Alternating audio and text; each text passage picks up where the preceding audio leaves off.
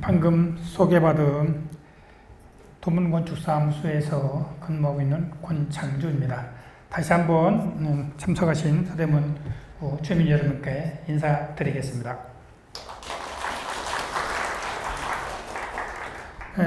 말씀드린 경우에 저희 도문건축사무소는 현재 개포 주공 1차 아파트 6,700세대 정도 되는 것을 작년 11월에 준공을 했고요. 잠실 5단지 설계를 하고 있으며 가까운 은평구의 가련 1구역 4,280세대 정도 되는 건데 재개발 사업이죠. 설계를 하고 있는 중견 건축 설계 전문 회사입니다. 오늘 강의 내용은 정비 사업의 통합 심의와 영향평가라는 건데요.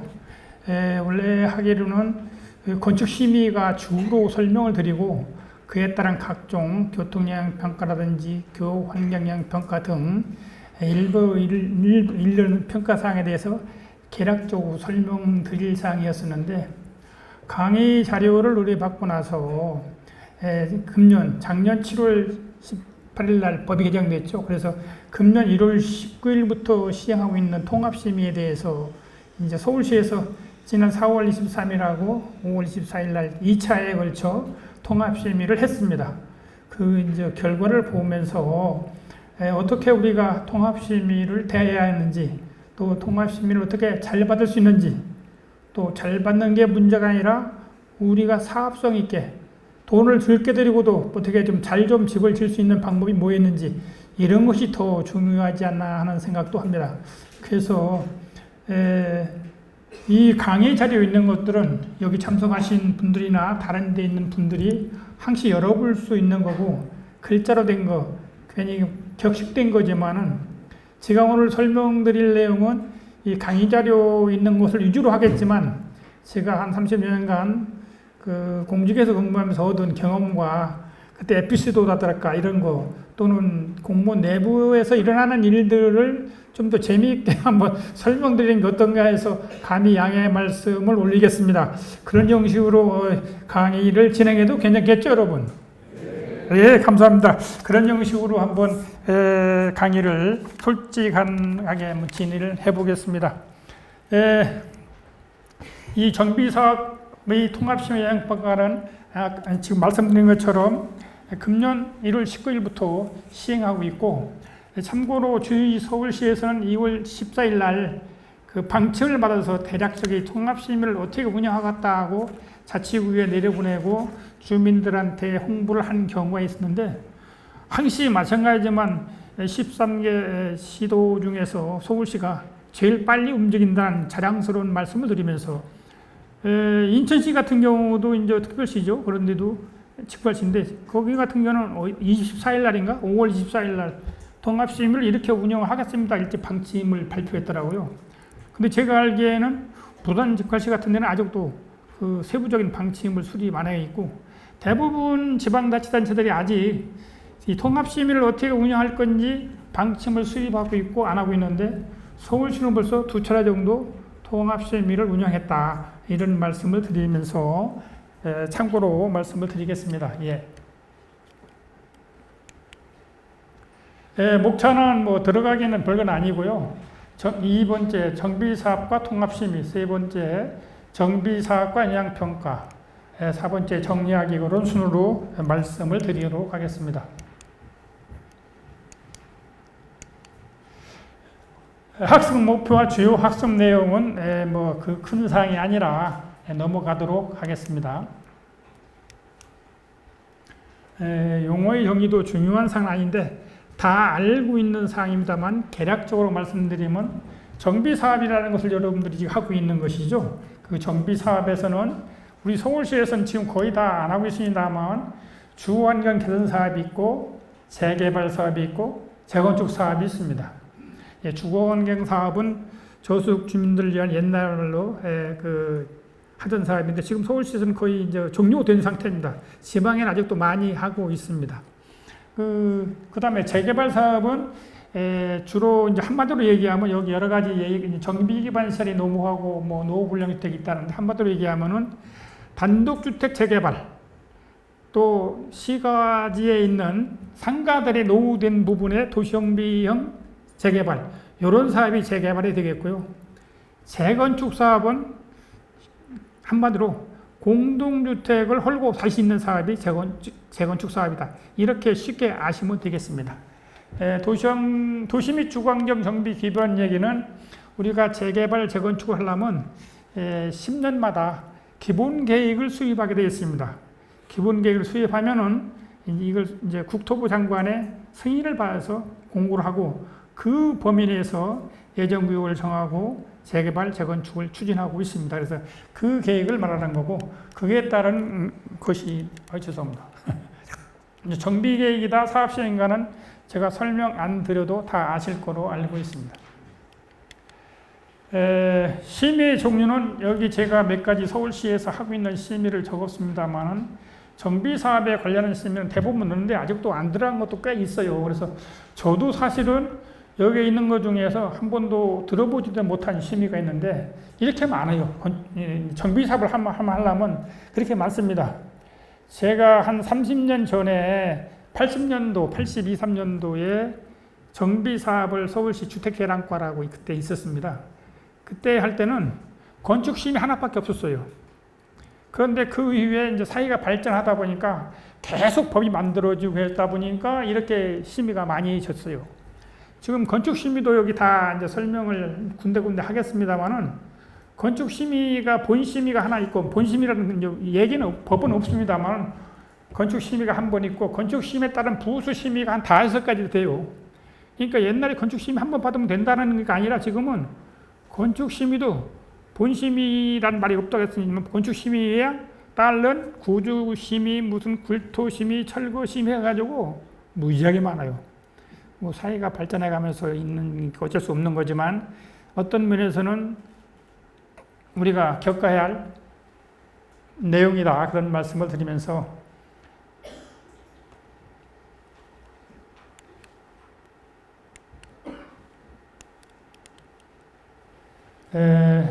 오늘의 사업 절차상의 심의 내용인데요. 여기에 있는 그 조합 죄송합니다. 지금 이게 안 해보다가 하니까 죄송합니다.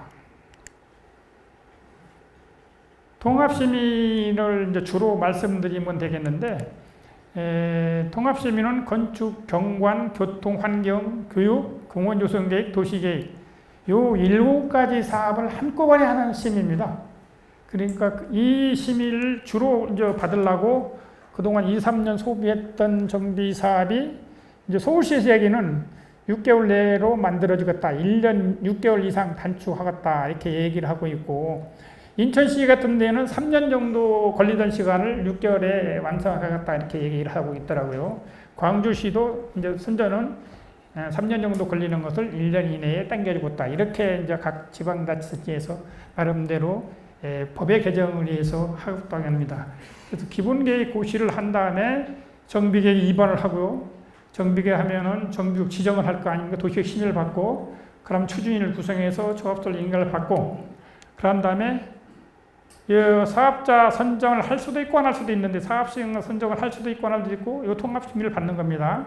그리고 그 통합심의를 받은 다음에 사업시행 인가를 받는 거죠. 그러면 그 다음에 분양 신청 및 관리처분 계획 수립하고 관리처분 인가를 받으시고 이주 철거 착공을 하는 건데요. 오늘은 이런 이제 심의, 통합심의를 주로 설명을 드리고 요 칸만 가지고도 설명을 드리면 오늘 그 설명할 시간이 모자랄 정도입니다. 그래서 지금 서울시에서 하고 있는 내용을 가락가락 설명을 드립니다. 요 칸을 잘 이해하시면은 오늘 그 교육 내용은 다 끝났다 해도 과언이 아니겠습니다. 말씀드린 것처럼 건축계획 보완 및 조합설 이것은 이제 그냥 그 조표로 이해해 주시고 오늘 내용은 어떻게 하는 것이 통합심의를 하는 거냐면은 초안을 작성해서 조합해서 구청장에게 제출하게 되어 있습니다. 초안은 통합심의를 받을 초안이겠죠. 통합심의 이제 건축, 경관, 교육, 환경 전체를 받을 각 도면이나 계획서를 다 마련해서 작성해서 사업자가 구청장한테 제출하게 되어 있습니다. 그러면 구청장은 이것을 이제 검토를 해서 적당하다 하면은 공람 공고를 거치죠. 그래서 공람 공고하면서 주민 설명회도 구청장님이 해주고 계십니다. 그럴 때 이제 하면서 이제 주민들의 의견 요청을 받으면은 의견 요청을 해서 구청장이 시장 등 유관기관에 의견 요청을 이제 보냅니다. 보내면은 각 자치단체라든지 각 관련 부서에서 이제 그 구청한테 오면은 그것을 또 이렇게 검토를 요청을 해서 오고 그 검토 결과를 시장이 구청에 통보하면은 구청장이 사업자한테 의견 투표 이런 과정을 거치는 건데 이게 하나하나 말은 쉽지만 실제는 어렵다는 말씀을 드리면서 통합심의 사전 검토 요것을 집중적으로 한번 드리겠습니다. 이제 통합심의를 신청을 하는데 이 통합심의 신청은 누가 하냐면 조합이 한다고 그랬죠. 조합에서 신청해서 구청한테 한다. 그러면 사업자는 구청장한테 심의 신청을 요청을 같이 하는 건 같은 얘기인데 중간 듣겠습니다. 관련 부서 협의를 하는데 이 구청에 약 30-40개의 과가 있습니다. 그런데 한 20개 과 정도가 해당됩니다. 정비사업은 뭐 건축과, 토목과, 교통지도과, 교통행정과, 가정복지과 이렇게 여러 부서에 다 해당이 돼요. 그래서 그런 부서를 전부 보내면서 이제 서울시도 또 서울시의 주거정비과 또 공동주택이면 공동주택 지원과 또 재개발인 경우는 여러 부서에 가는데 뭐 주거정비과도 가고 교육환경과도 가고 여러 과가 가게 돼 있어요. 이렇게 보게 돼 있어요. 그래서 거기 과에서 오면은 그것을 이제 샘플을 보내면은 거기서 검토한 부서에서 자기 의견을 줘요. 근데 보통 15일 정도 기간을 주는데 그 기간 내 이제 답변을 안 주면은 이의가 없는 걸로 해서 진행을 하는데 보통 공무원들은 답변을 안 주지 않고 거의 답변을 줍니다. 그런데 그 답변 하나하나가 우리 조합에는 상당히 영향을 미치죠. 어떤 답변은 그냥 서류 한 장만 보완하면 될 수 있는 사항이지만 어떤 답변은 뭐 몇 억씩, 어떤 몇십억씩 들어갈 수 있는 답변이 있는 거기 때문에 그때 이제 협력업체라든지 조합에서 상당히 신경 써서 움직여야 할 대상이 되겠습니다. 특히 서울시에서 관련 부서에서는 실질적으로 만인 이제 25개 구청을 통합하는 입장에서 강남구청은 이런 거에 봤을 때 이렇게 조합했는데 하고 이게 상당히 까다롭게 이제 검토를 해요. 그래서 그때 그 협의를 보냈을 때 그 조합이라든지 협력업체가 잘 움직여야 한다는 말씀을 한번 드리고 싶습니다. 잘못 움직이면은 상당한 그 데미지가 있다. 데미지라는 게 뭐냐면 아까 말대로 조합에 어떤 부담이 되는 거죠. 뭐 세대수를 줄이라든지 높이를 줄이라든지 도로폭을 뭐 8m인지 12m로 확보하라든지 이런 조건이 나오면 아무래도 조합에 영향이 있는 거죠. 다공초 계획보다. 그래서 그런 일이 없도록 또 그렇게 한다면은 자료를 갖다 내서 그렇게 조건이 안 달리도록 평범한 조건이 달리도록 노력해야 하는 게 이제 우리 그 사업자들의 주로 그 이치가 되겠습니다. 그래서 이제 관련 부서에서 이제 그것이 오면은요, 그 의견을 또 이제 다 보완해서 관련 부서에서 오케이 할 때까지 보완을 해야 돼요. 그래서 그 오케이가 안 하면은 이제 서대문구청은 주거정비과에서 심의를 안 올려줘요. 안 올리게 돼 있어요. 못 올리게 돼 있으니까 제가 따져보니까 한 40여 개 부서가 되더라고요. 총 일부 뭐 국토관리청이라든지 때로는 항공청이라든지 이렇게 해가지고 한 40여 개 부서가 되는데 거기서 한 부서라도 그거 안 된다 또는 뭐 바꿔라 이렇게 많이 나오면은 그 정비 사업은 그 보완을 하려고 또는 그거에 대해서 수정을 하려고 시간이 많이 걸리고 돈이 많이 들어가는 겁니다. 그래서 그런 말씀이 안 나오도록 잘 해야 한다는 말씀드려서 거기서 오케이 할 때까지 보완이 돼야 한다. 오케이 해야 그것을 서울시로 넘기게 돼 있어요. 통합시 사전검토에서 서울시로 이제 이걸 넘기게 돼 있어요. 그러면 서울시로 넘어가면 서울시에서는 여기 나오는 건축, 경관, 교통, 환경, 교육, 정비계 여기 이런 부서에 또 협의를 보내요. 또 협의를 보내서 구청에서 협의한 거에 대해서 좀 잘못된 게 있는데 서울시에서는 협의를 안 보냈으면 좋겠는데 또 서울시에서 굳이 또 의견 전제 혈치라 보면 이제 협의를 보내고 있는 상태예요. 그래서 가능한 한 이제 그런 제도는 좀 바꾸어져야 하는데 또 그 협력 받은 부처에서는 구청에서 보낸 거와 또 그 서청에서 보낸 거와 의견을 달리 오는 경우도 있어요. 대부분 같이 보내는 게 일상이지만은 또 다른 조건을 추가하는 경우도 있어가지고 서울시에서도 이제 협의를 보내서 그렇게 다 끝나야 서울시 이제 아파트인 경우는 공동주택 지원가로 여기서 보냅니다. 서대문구청에서 맞으면 공동주택 지원가로 보내면 공동주택 지원가에서 필요한 부서를 또 협의 보내서 그 협의한 게 도착하면은 그때 통합심의 상정요청을 주거정비과로 합니다. 이 통합심의 상정요청은 주거정비과가 주무과로 이제 서울시 방침에 돼 있어요. 그래서 상정요청을 합니다. 그러면 그 상정요청을 받은 주거정비과장은 그 이제 2시간까지 보고를 드리게 되어 있습니다. 2시간까지 보고 드려서 이러이런 구청에서 이러한 건이 와서 이렇게 상정하겠습니다. 라는 말씀을 드릴 때까지 약 보름 정도 또 때로는 한 달 정도 걸리게 돼 있어요. 왜냐하면 거기서 결제받다 보면 시간도 있지만은 일부 지적사항이 미비된 사항이 있다고 얘기가 될 때는 또 하기 때문에 거기서 약 열흘 내지 한 보름 정도 걸린다는 말씀을 드리면서 그러면 통합심의 주거정비과에서 상정 요청을 받으면은 개최 방침을 부시장까지 개최 방침을 맡습니다. 개최장까지 맡아가지고 개최 방침을 받으면서 이번 참여하는 심의위원이 누가 될 건지 또 몇 개 그 위치가 탐문되는지 맞으면 여기 7개가 되는 건데 7개 중에 몇 개 정도가 되는 건지 이렇게 심의를 해서 참여 심의위원도 선정해서 방침을 해서 정합니다. 그러면 요 심의위원한테 개최 방침을 받아서 요때 그 위원이 참석되는 거고 어떤 부서가 거절되면은 그 심의 방침을 통보를 하죠.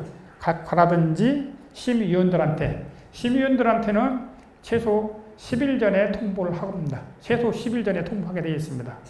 그래서 통보를 하면은 그분들이 심의 전까지 의견을 사전에 검토해 의견을 주게 되어 있어요. 심의 담당 또 위원님들이 참석하시면서 자기가 또 검토한 의견을 사전에 줘요. 그러면 사업자는 그 의견을 온 것을 반영하겠다, 미반영하겠다는 의견을 써서로 주거정비과에 주도록 되어 있습니다. 그럼 주거정비과에서는 심의 전까지 그된 자료를 만들어서 심의 자료를 하고 심의를 결정하는 겁니다. 그럼 심의위원이 사전 검토를 이제 해서 오지 않습니까?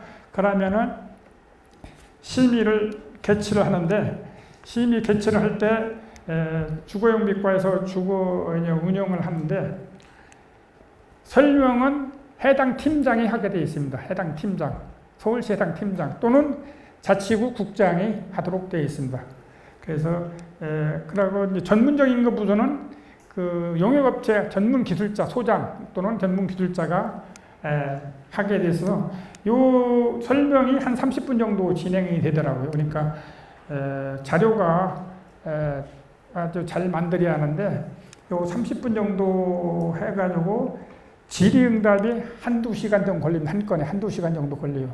그러면서 계속 보완이 되고 이제 그 기술자들이 대답하고 해서 한 30분 정도 설명하라고 한두 시간 정도 토론을 해서 결정을 하는 게 지금까지 운영 1차 결정한 건데 1차는 주로 도시계획부서 옛날 말로 얘기하면 도시환경정비사업이 두 건이었고 2차가 요번 저기 강남의 그 개포한신 아파트 있죠. 그런데 전부 다 이것이 신규가 아니라 변경이었습니다. 그래서 여기 7개가 다 안적은 신청이 안 됐어요. 맞아요. 7개 이 경관, 교육, 교통이 다 해당이 안 돼서 한두 개만 했는데도 이렇게 시간이 한 2시간, 3시간 걸리더라고요. 한 건 하는데. 그래서 앞으로 이 7개가 다 새로운 정비계획은 다 들어가는 게 아니겠습니까? 그러면은 시간이 꽤 걸릴 거다. 이런 말씀을 드립니다. 그럼 여기서 이제 한마디 말씀드릴 것은 우선 도시정비법이 이제 1월 19일 개정 이후 각 영향평가 심의는 개별 접수가 안 됩니다. 통합심의를 신청해야 돼요. 다만 개정 이전에 개별 심의를 받았는데 그 개별권이 없다. 받은 건축밖에 바꿀 게 없다. 개별 심의를 받았는데 그거면 통합심의는 안 되는데 근데 제가 알기에는 건축을 바꾸면 연면적도 바뀔 수 있고 또 세대수 바뀔 수 있고 그러다 보니까 정비계획 경면 변경이 들어갈 수밖에 없잖아요. 또 거기다 보면은 교통 일부가 바뀔 수 있다면은 거의 통합심의가 대상이 된다는 얘기죠. 그래서 단순히 공원조성계획 하나만 바꾸는 거다. 그렇다면 그 하나만 심의를 받을 수 있는데 공원조성계획과 공원조성계획이 변경되면 대부분 건축계획도 변경될 수밖에 없어요. 그러면 같이 심의를 받아야 한다는 말씀을 드리면 통합심의를 받아야 한다는 말씀을 드리면서 아까 말씀드린 것처럼 이 정부에서는 2년 이상 3년 걸리던 것을 6개월 내로 당기겠다. 그러고 서울시에서는 6개월 이내에 마치겠다. 통합심의 자체는 한 1개월 정도 걸리더라고요. 통계월 이제 주거정비과 와서 심의하고 통보하는 것은 1개월 정도 걸려요. 그래서 여러분들한테 통보하는 시간은 10살 이내에 통보하도록 돼서 결과를 10살 이내에 통보하는데 왜 이렇게 오래 걸리는지 알 수 있는데 그 녹음을 해서 속기사가 녹음을 해서 그것을 속기사가 속기록에 해갖고 거기다 회의록을 정리하고 담당한 그 요지를 뽑아갖고 조건을 또 거래하고 그러니까 그게 꽤 그 시간이 한 2시간 정도 이렇게 위원들이 토론을 하다 보니까 걸리는 시간이 10살 이내로 하고 있는데 때로는 이게 이제 실무적으로 하다 보면은 더 오래 걸릴 수도 있더라고요. 또 건수가 많을 때는 있는데 여기서 한 말씀 드린다면은 그동안 이제 정비 사업은 지난대 정부랑 아까 지난대 상당히 어려웠잖아요. 지난 그 시장님 때랄까 지난 때 한 정비 사업이 서울시내 한 300개 정도가 구역 지정이 취소되고 그렇죠? 그 취소되고 특히 서대문 같은 경우에는 정비 사업은 안 해주는 구로 아주 유명하게 소문이 났던 구라. 아마 여기 있는 주민들 대부분 혼났을 텐데 새로운 아마 이성은 청장님께서는 아주 적극적으로 다른 구청에 없는 이런 아카데미를 만들으셔갖고 적극적으로 주민들을 해주시니까 지금 들어가서 이제 담당들을 만나보면은 활기차 있고 그거에 대해서 전혀 꺼리낌 없이 예 가져오셔 뭐 도와주겠습니다 뭐 이런 형식으로 말을 하더라고요. 그래서 상당히 이제 선배 입장에서 좀 반갑기도 하거든요. 그런 의미에서는 우리 청장님이 대단하시다. 어떻게 이런 어려운 사업을 이렇게 손수 짊어지고 가실 거다 했는데 서울시 심의 운영에 관한 것을 한번 드리면은요. 여기 통합심의가 이제 이따 나오겠습니다만은 나오면서 설명을 드리는 게 낫겠다. 요 한 건으로 사실은 거의 다 되는 거예요. 한 건 개략적인 설명을 드렸지만은 통합심의가 다 끝난 거예요. 그런데 이제 하나하나 설명드리면 건축법에 나온 것도 여기 이제 나오겠습니다. 여기 건축법이죠. 건축법은 건축물이 건축 또는 특별구역을 지정할 때는 특공합시를 받을 사항인데요. 건축법 7조의 심의 대상이 뭐냐면 21층 이상이거나 연면적이 10만 평방미터 이상일 때는 건축기획과에서 건축심의를 받아야 하는 거고 통합심의 대상이 된다는 얘기고 그 경관법에 경관심의를 하는 건데 이건 3만 평방미터 이상 정비사업은 대상이 된다. 도시관리 입구와 주관이다. 교육환경보호의 법률은 교육지원청에서 하는 건데 여기 7개 중에서 사실은 여러분들이 다 아시겠지만 제가 할 얘기랄까 이게 제일 어렵습니다. 어떤 그 사업자는 11번 정도 반려가 됐어요. 재심이 됐어요. 11번이면 한 달에 한 번씩 해도 1년이죠. 근데 한 번 심의가 재심되면 보통 2, 3개월 걸리는 게 상례예요. 그래서 11번 정도 교육지원청에서 그 심의가 제시됐다고 하니까 여러분들 얼마나 고생을 하고 했는지 아마 하셔야 할 겁니다. 그래서 교육지원청의 교육영향평가 심의가 상당히 어렵다. 거기서 오시는 분들, 심의위원들이 상당히 좀 까다롭다. 그런데 통합심의하고 나서는 아직은 그분들이 들어온 적이 없어서 모르겠는데, 자우지간 서울시에서도 좀 이렇게 걱정을 하고 있고, 하고 있습니다. 그래서 여기 주민 여러분들께서도 그 교육환경 보호에 반면 교육영향평가에 대해서 특별히 신경을 쓰고, 거기 협력업체를 정할 때도 좀 신중히 결정을 해서 정해야 한다. 한마디로 그 교육영향평가는 옛날에는 없고 2017년도부터 이 규정이 생겼어요. 그런데 여러분도 아시겠지만 안전에 관한 얘기라든지 교육에 관한 얘기는 우리 어린이들 교육에 관한 얘기라는데 그거 뭐 한다고 할 수가 없어요. 근데 교육지원청에 가면은 어린이들 학습에 지장이 있는데 이렇게 해야 합니다 하는데, 그게 도면 하나 수정하는 게 아니라 몇백억 들어가는 일이 있을 수가 있어요. 여러분들이 그걸 아셔야 돼요. 그래서 그게 잘못 깨어지면은 맞아, 몇백억씩 들어갈 수도 있고 몇십억이 들어갈 수도 있고 잘 될 수도 있겠지만, 물론. 그래서 교육 환경에 관한 저 심의를 잘 받아야 한다는 말씀을 한마디 드리겠습니다. 도시교통정지법은 교통영향평가는 25,000평방미터 이상은 다 받아야 한다. 그리고 환경영향평가법은 30만 이상인데 이것은 기본계획 때 주로 해당되는 거고, 30만 평방미터 그렇게 많지 않거든요. 그래서 이것은 조그만 단지 1000세대, 2000세대 정도는 크게 해당이 안 되고, 이거 소규모 환경영향평가 대상일 수 있지만 아니다. 그러니까 여기 있죠. 요런 소규모 시영향평가 대상 요것만 받아야 하는데, 요것도 이건 이제 여기에 들어와서도 쉽게 넘어갈 수 있다. 여기서 보면은 이제 도시거주 촉진법 하나만 해도 옛날에 단독으로 할 때 최소 3개월 걸린다는 거였습니다. 그거 하나 받아본 여기 조합도 있겠지만은, 조합원님도 계시겠지만, 도시거주 촉진법 하나만 받으려도 최소 3개월 받아야 했어요. 그런데 그런 게 전부 끝나고 나서 건축심의를 받았거든요. 그러다 보니까 시간이 보통 최소 2년씩 걸렸어요. 그렇게 받는데. 그러다 보니까 사업시장 받는데 시간이 많이 걸렸던데, 이제 정부 국회의원님들이 법을 개정해서 했는데, 법만 개정했지 세부 지침이 안 나와서 각 시도별로 전부 틀리게 움직이고 있고 달리 움직이고 있어요. 다만 우리 서울시 같은 경우는 재빠르게 움직여서 즉시 지금 벌써 2차례 운영이 되고 있다는 말씀을 드리겠습니다. 이제 국토계획임이랑 함께 도시계획심의죠. 도시계획 정비계획인데, 여기서 한 말씀 드리면은, 정비계획의 경면사항이잖아요. 경면사항인 것은 통합심의 대상이 안 돼요. 그러니까 통합심의 경면사항이 있다면 그것은 구청장이 처리할 사항인데, 구청에서 처리를 먼저 하라는 얘기예요. 근데 경면사항이 아닌 거. 최초 심의는, 도시계획 심의는 도시계획위원회에서 심의를 받아야 돼요. 정비구역 지정을. 최초 받고 나서 그 다음부터 변경, 중대 변경, 층수를 변경한다, 용적률을 변경한다, 또는 대지 규모를 넓힌다, 줄인다, 이런 전부가 통합심의 대상입니다.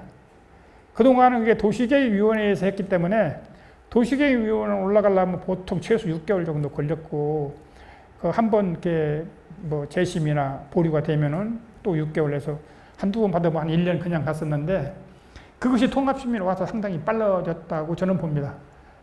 통합심의, 참고로 통합심의위원이 25명 정도가 운영이 되는데요. 여기 있네요.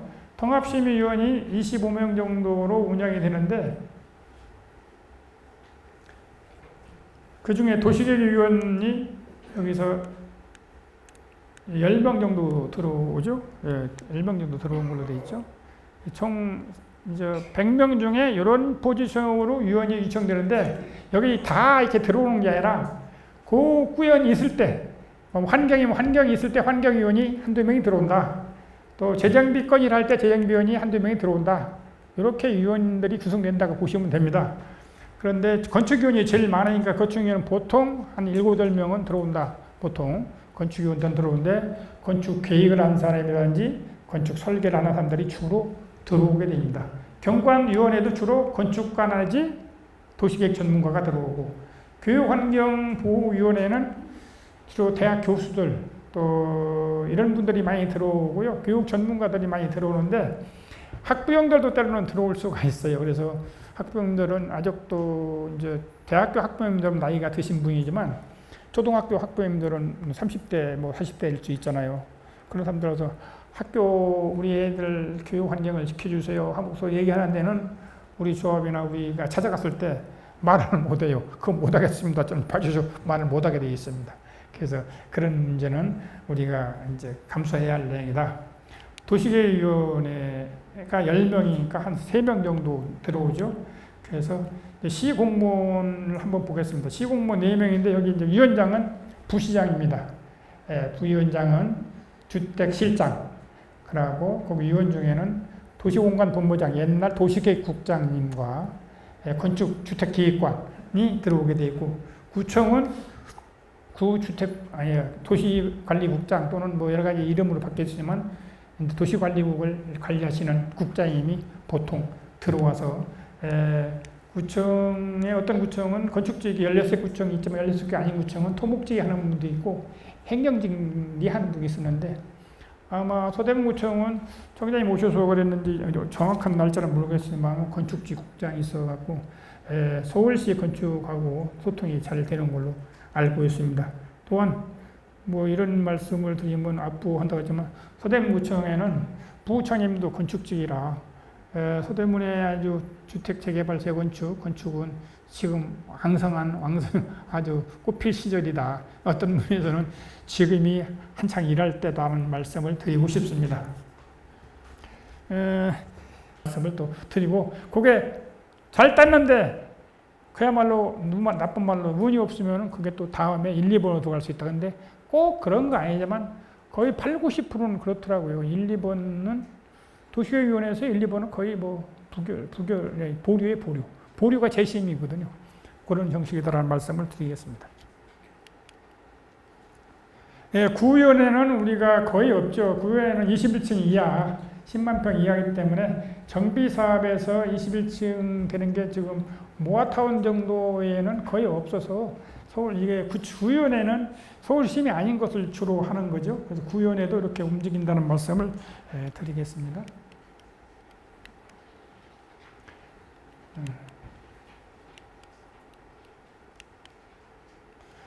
참고로 서울시 건축위원회와 도시계획위원회, 도시건축공동위, 도시재정비위원회인데 여기서 도시건축공동위원회는 우리 거의 없는데요. 참고로 도시건축위원회는 여러분들 지구단위라는 많이 말씀을 들어보셨을 겁니다. 지구단위 계획구역 내 건축계획을 지려면 3세대 이상 아파트를 짓는다든지 또는 지구단위 구역으로 정한 구역에서 일반 상가를 짓는다든지 주택을 짓는다 마찬가지 도시계획위원회 공동위에서 접촉에 있어 우리 그 위원회는 별 차이가 없는 건데, 참고로 도시건축공동위원회는 도시계획위원 2분의 1, 건축위원 2분의 1이 참여하도록 되어 있습니다. 건축위원들은 여기 있는 10만 평 이상이라든지 21층 이상을 하는 거고요.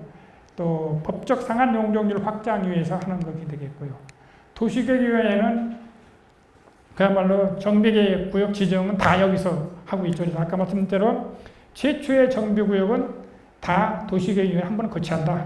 근데 그동안 용적률을 적용한다, 건폐를 적용한다, 일부 구역을 재척한다, 뭐 층수를 조정한다는 도시계획위원회 본위원회에 들어가 있었는데 지금은 통합심의를 한다.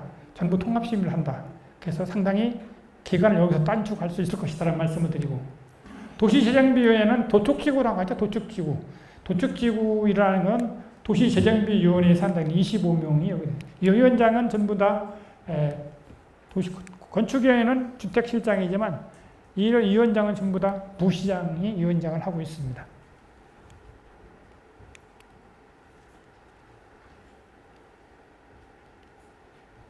이 통합심의 건축에서 아까 말씀드린 것처럼, 근데 여기서 이용하는 참고를 한다면은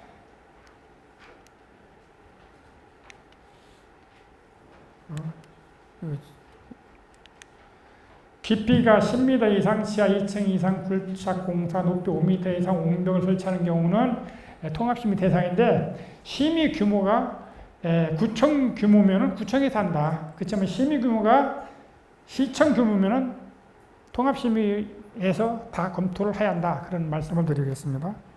심의 절차는 민원인이 구에 접수하고 구에서는 시주관부서로 넘기고 시주관부서는 통합위원회로 넘기는데 이건 주거정비과에서 한다. 이제 공동주택과 지원과는 아파트 재개발, 또 주택 재개발은 도시 주거정비과 이렇게 해서 지금 제가 할 때만 해도 재개발 재건축은 전부 주거정비과 하나밖에 없었는데 지금은 이제 재개발 재건축 공주택 건립하는 게 6개 과 정도가 나눠져 있어가지고 모아주택이다 여러 가지 뭐 공공주택이다 임대주택이 돼가지고 여러 하나 있어가지고 저도 어느 과에서 어느 과가 하는지 잘 몰라요. 여기 구청님 계시지만은 옛날에는 청소과 하다면 정화조 청소, 동네 청소하는 담당하는 구역이다 이렇게 하는데 요새는 각 자치구별로 뭐 도시환경과다 하면 도시환경과가 살찌고 무슨 과 무슨 업무를 하는지 잘 몰라요. 여러 사람들이 전부 그런 얘기를 듣더라고요. 그래서 구청별로 또 그게 과가 틀려가지고 많이 틀리는데 시주관부서라고 하면은 우리 공동주택과 지원과는 아파트고 단독주택 재개발은 주거정비과고 또 공공재개발은 공공재개발과고 모아주택은 주거환경 개선과고 여러 과가 있어가지고 다 무슨 과 하는지 아는 사람이 시청 직원도 자기 과에는 잘 모르더라고요. 그렇게 하는 것이다라는 말씀을 드립니다. 심의 절차 완료를 하면은 조합에서 통합심의에 따른 보완해서 사업시행계획을 수립하죠. 그래서 총회 과반 동의를 받아서 의결을 거쳐서 사업시행 인가를 구청장한테 하고 구청장한테 하면은 이제 그 사업시행 인가 신청해서 공람 CS 인가를 해주면서 공람도 협의도 하고 하죠. 그때 협의를 하는데 이게 과반수 동의를 하고 있는 거죠. 예. 잠깐만 나오나.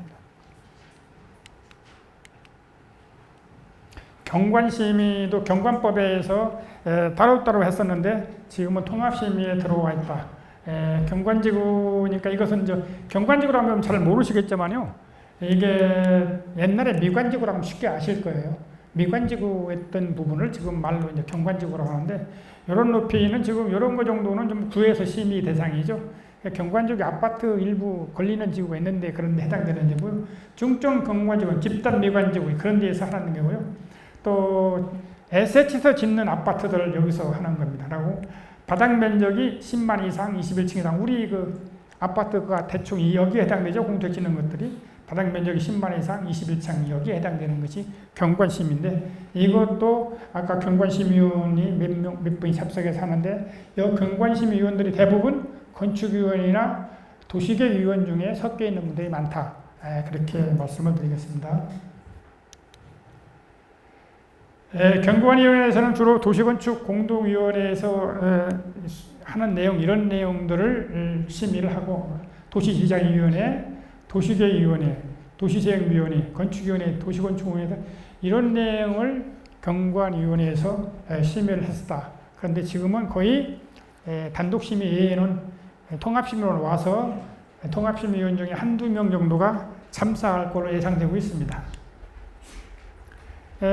통합심의와 관련해서 각종 영향평가 같은 심의와 관련해서 제가 참고로 놓은 건데요. 구조안전심의라는 건데 이것은 참고로 알고 계신 통합심의 대상은 아니고 이것은 건축계획과에서 사업시 인가 후에 받는 거다 정도만 알고 있으면 되겠습니다. 굴토심의도 통합심의 대상은 아닙니다. 이것은 사업시행 인가 이후에 건축계획과에서 굴토심의를 받는 거다. 굴토심의는 깊이 10m 이상, 지하 2층 이상 굴착공사, 또 5m 이상 옹벽을 설치하는 설계에 관한 사항인데 지금 서울시에 심의할 때 인접 대지하와 그 옹벽은 3m 이내로 사실상 조정하고 있습니다. 인접 대지하고 5m 이상 옹벽을 주는 것은 못하게 하고 있어요. 대지 내에서 5m 이상 주는 것은 있을 수 있지만 인접 대지에서는 건축 심의나 여러 심의에서 5m, 2m, 3m 이상 이렇게 옹벽은 못하게 하고 있다는 말씀을 참고로 드리겠습니다. 이건 통합심의 대상은 아닌데 통합심의 때 이런 게 다 들어가야 돼요. 근데 여기서 여러 가지가 나올 수가 있는데 성능 위주 설계는 이게 소방 대상이에요. 우리 통합심에 소방이 빠졌습니다. 소방을 넣으려고 하다가 소방청에서 상당히 반발이 있었다고 합니다. 제가 듣기에는. 그래서 빠졌는데, 왜냐하면 임명을 하고 충분히 심의를 해야 하는데 통합심의를 하면은 재난이나 이런 데 문제가 있다 아마 이의를 제기해서 통합심의에서 빠졌다고 합니다.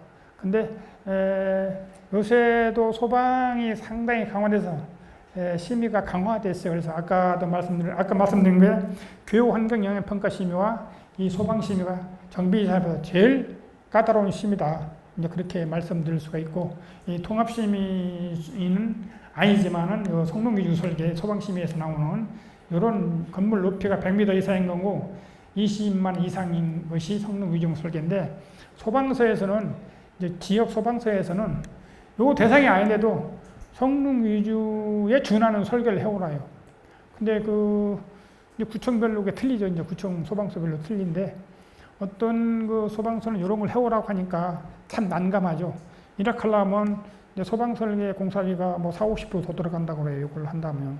그래서 어떤 조합은 상당히 괴로움을 당하는 그런 자치구도 있더라고요.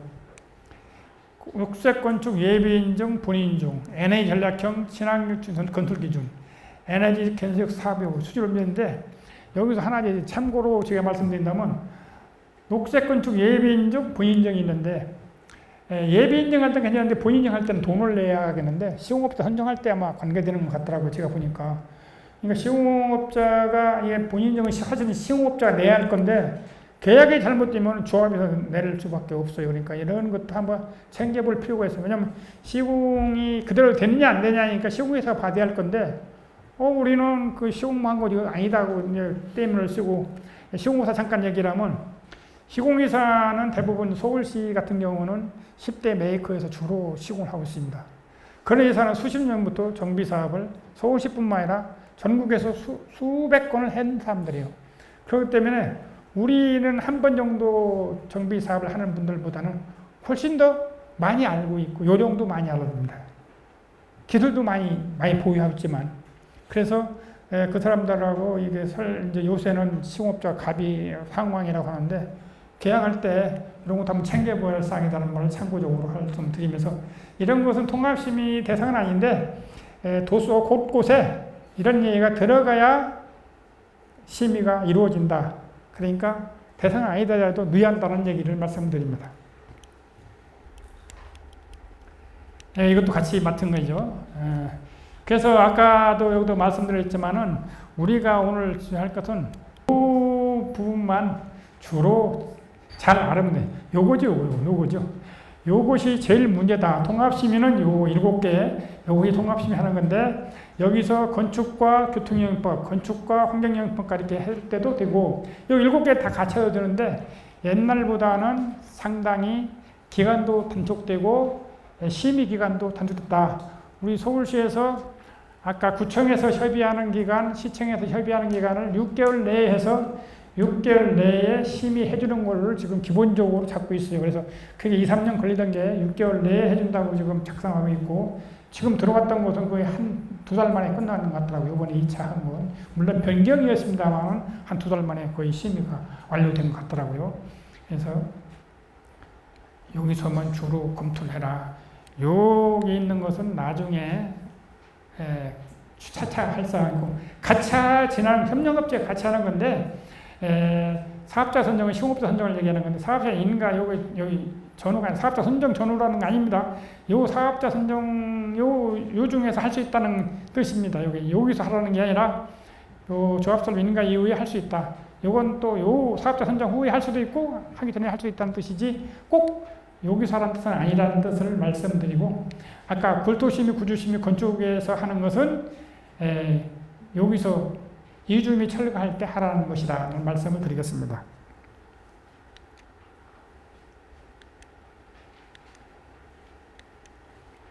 잠깐만요.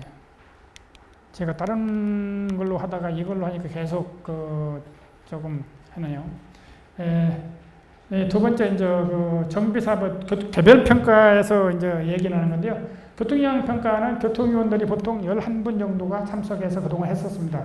했었는데 부지가 25,000평방미터 이상, 주환경 관리 사업이죠. 이거 모가주택 같은 것은 5만 평방미터 이상 하는 것이고요. 단위 아파트인 경우는 5만 평방미터 이상에 해당하는 것이다. 그래서 교통영향 평가 다른 위원회보다는 수월하게 넘어갈 수 있는 그런 사항이고, 원형 기존 많이 해왔기 때문에 별거 아닌데, 해당 어떤 구청에서는 요 교통영향 평가 대상이 아닌데도 불구하고 구청장 방침이라 또 이렇게 해서 뭐 하라는 구도 서로 있습니다만은 소대문구는 아닌 걸로 알고 있습니다. 이 교통영향 평가는 접수를 해서 쭉 통합심의에 관련 상황인데, 개별심의나 통합심의는 마찬가지인데, 일단 통합심의는 그 7개가 붙여가지고 하나의 도서를 만들어야 한다. 근데 아까 말씀드리다 말았지만 통합심의는 주거정비과에 세 부를 만들어야 하는데, 한 부가 최소 두께가요, 페이지 수가 200페이지 내지 300페이지다. 그러니까 이 정도 두꺼우잖아요. A4, B4니까 엄청 커서 그것을 잘 배치도 해야겠지만 잘 만들어야 한다. 그건 이제 내고 각 분야별로 PPT를 만들어야 돼요. PPT를 만들어서 PPT를 해당 기술자가 설명하는,데 참고로 저도 이제 지금 입장에서 업자인데 이런 얘기 할 건 아닙니다만은, 조합원이시다면은, 조합에 관계하시는 분이다면은 서울시 PPT 하기 전에 전부 PT 할 그 사람들을 모아놓고 조합에서 조합장님이 아니면 조합 이사들이 모인 상태에서 한번 발표를 해봐라. 그래서 저같이 이렇게 왔다 갔다 하지 않고 제대로 연습을 시켜갖고 제대로 해야 하고 PT를 잘 만듭니다.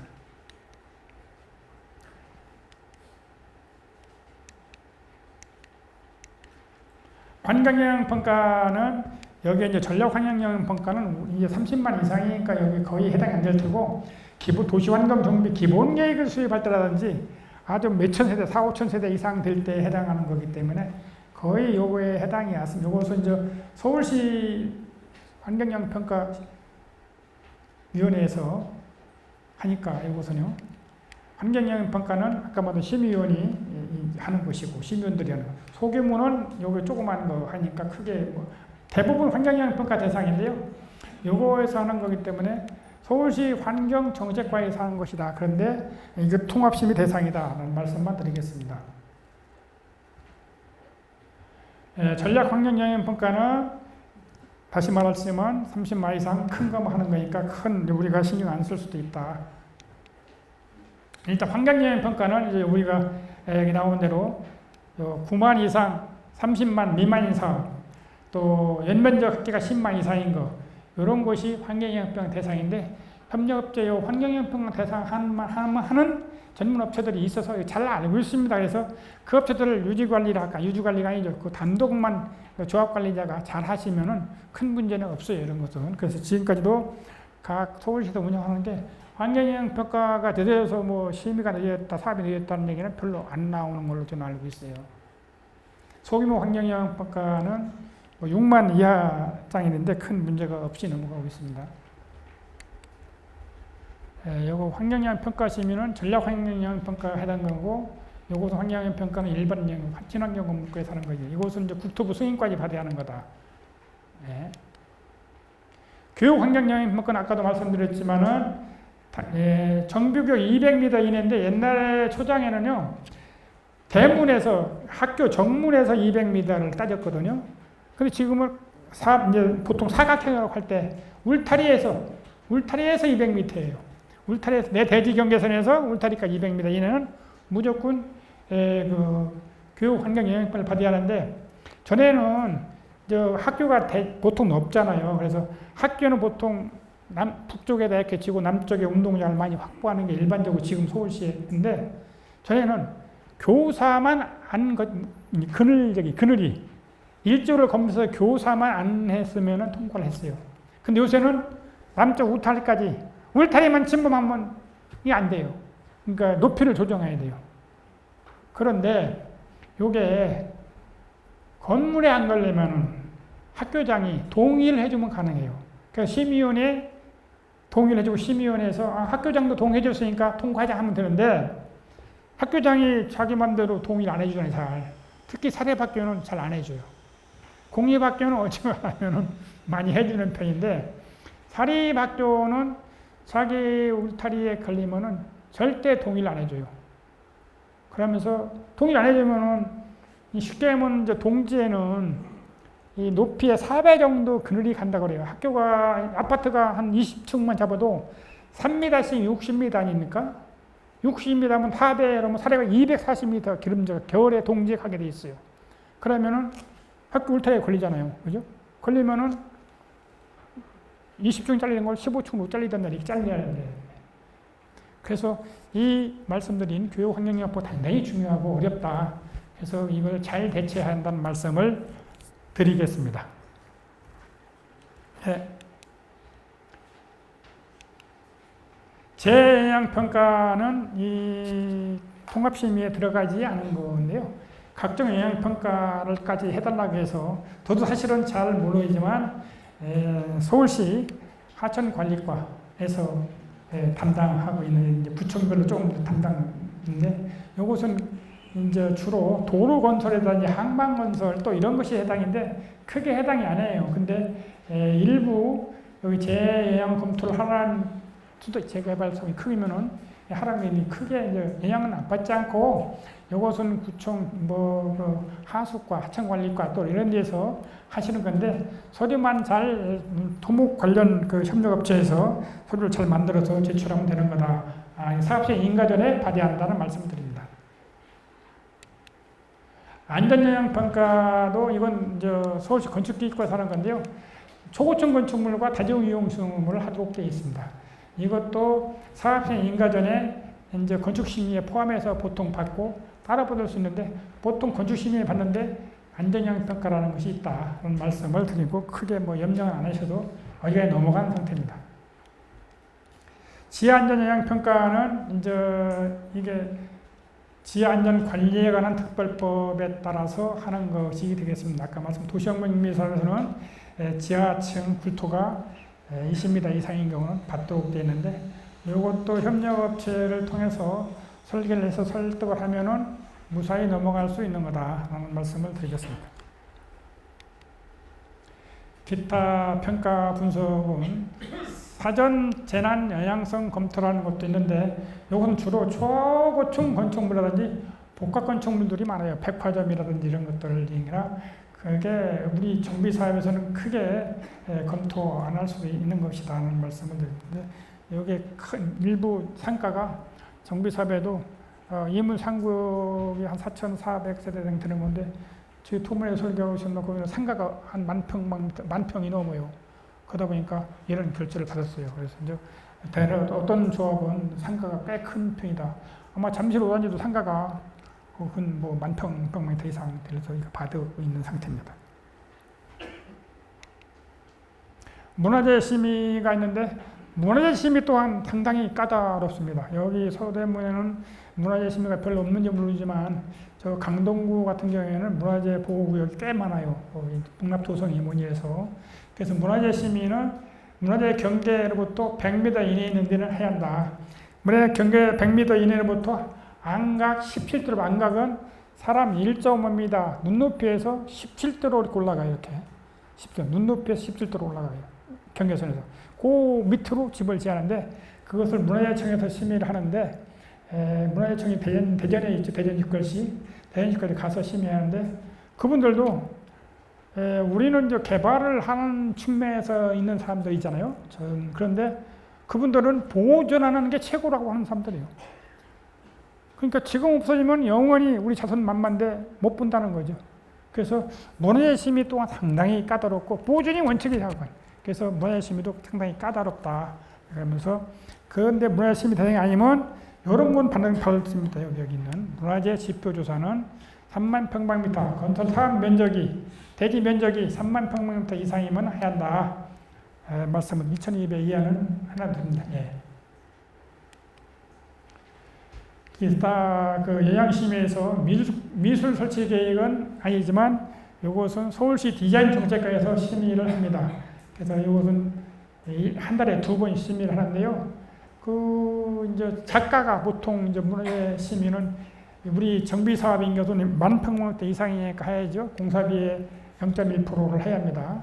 근데 이런 경우는 크게 문제가 안 돼요. 뭐 문화재 미술부 정시부 때문에 뭐 사업이 진행이 있다는 얘기는 아직 한 번도 못 들어봤어요. 그래서 이것은 그 작가가 뭐 로비를 하는지 영업을 하는지 거의 뭐 해서 정비 사업에는 큰 무리 없이 진행되고 있다. 근데 이런 형식이 있다는 것만 여러분들이 알아주시면 되겠습니다.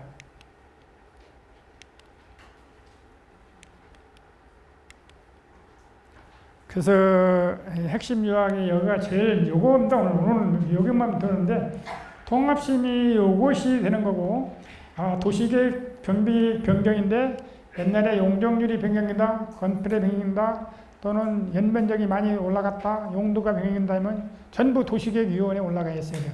도시계획에서 구역 지정된 분도 있지만 구역 지정된 분도 한번 얘기 들어보면 얼마나 어려웠는지 아실 겁니다. 정말로 어려웠습니다. 그래서 그런 것이 통합심의에 다 하기 때문에 시간을 많이 단축할 수 있다는 말씀을 드리겠습니다. 그래서 우선 뭐 중구난방으로 막 말씀드리는데 아까 말씀드린 것처럼 제가 알고 있는 상식과 대략적인 통합심의는 이런 것이라는 것만 들었는데 여러분들이 지금 생각하시는 통합심의 관련해서 건축심의 관련해서 뭐 물으시는 게 있으면은 주로 대답하는 방향으로 좀 해보겠습니다. 그게 더 좋을 것 같아가지고 요 정도 설명을 마치고 질문을 많이 받도록 해보겠습니다.